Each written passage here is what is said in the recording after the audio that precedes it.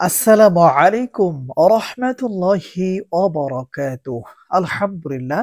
সম্মানিত দিনী ভাই ও বোনেরা, আজকের এই গুরুত্বপূর্ণ ভিডিওটি যে যেখান থেকে দেখছেন এবং শুনছেন সবাইকেই আন্তরিক মোবারকবাদ।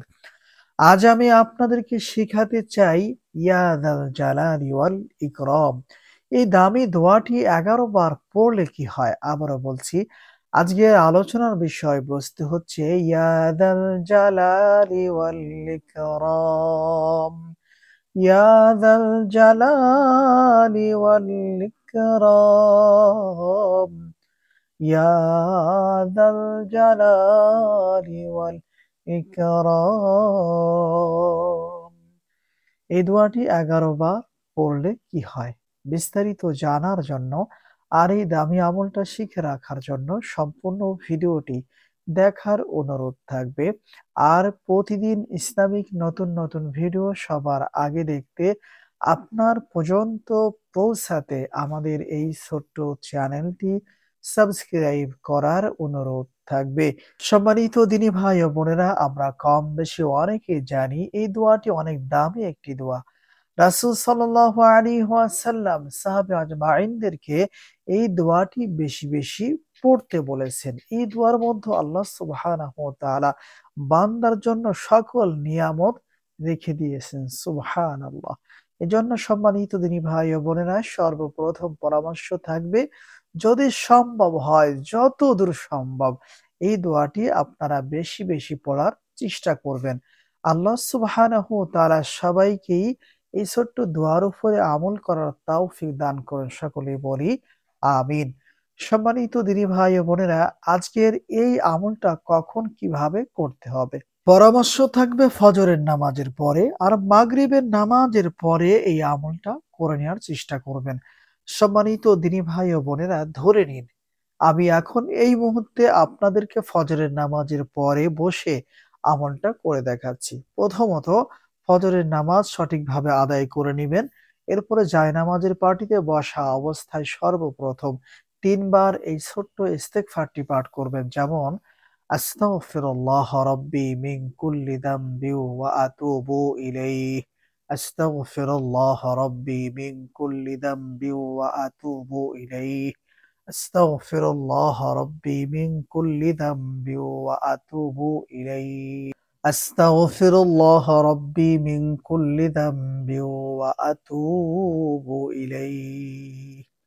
এরপরে ১১ বার দুরুদে ইব্রাহিম অথবা অন্য কোনো দুরূদ শরীফ পড়ে নিবেন। তবে পরামর্শ থাকবে দুরুদে ইব্রাহিম পড়ে নেওয়ার জন্য। আর যদি আপনাদের দুরুদে ইব্রাহিম মুখস্থ না থাকে, আপনারা যেকোনো দুরূদ শরীফ ১১ বার পড়ে নিবেন। যেমন সাল্লাল্লাহু আলাইহি ওয়াসাল্লাম, সাল্লাল্লাহু আলাইহি ওয়াসাল্লাম, সাল্লাল্লাহু আলাইহি ওয়াসাল্লাম।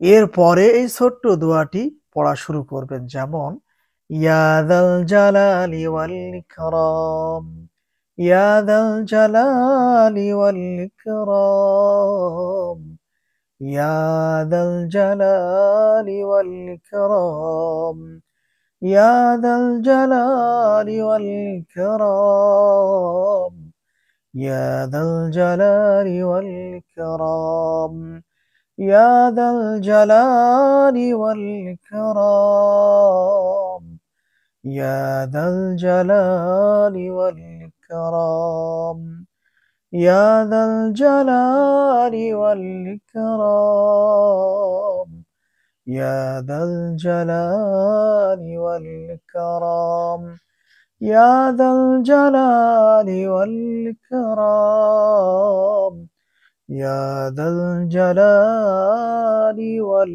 ইকরাম।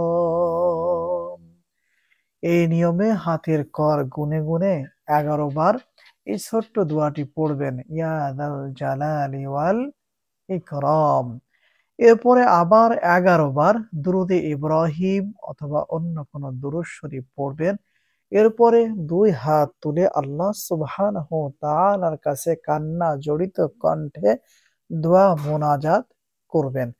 সম্মানিত দিনী ভাই ও বোনেরা, এই নিয়মে ৫ ওয়াক্ত ফরজ নামাজের পরেই এই আমলটা করে নেওয়ার চেষ্টা করবেন। আর যারা 5 ওয়াক্ত ফরজ নামাজের পরে এই আমলটা করতে পারবেন না, সময় হবে না, তারা কমসে কম ফজরের নামাজের পরে আর মাগরিবের নামাজের পরে এই আমলটা করে নেয়ার চেষ্টা করবেন।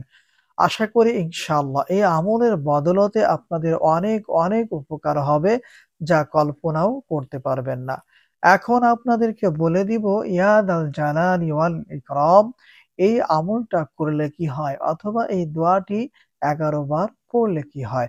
সম্মানিত দিনী ভাই ও বোনেরা, আপনারা যদি ৫ ওয়াক্ত ফরজ নামাজের পরে অথবা ফজর ও মাগরিবের নামাজের পরে এই আমলটা কন্টিনিউ নিয়মিত করে যেতে পারেন আর আল্লাহ সুবহানাহু ওয়া তাআলার কাছে কান্না জড়িত কণ্ঠে দোয়া মোনাজাত করতে পারেন, এই আমলের বদলতে আল্লাহ সুবহানাহু ওয়া তাআলা আপনার দোয়াগুলো কবুল করবেন। আপনার মনের ইচ্ছা, আশা, বাসনা পূরণ করবেন।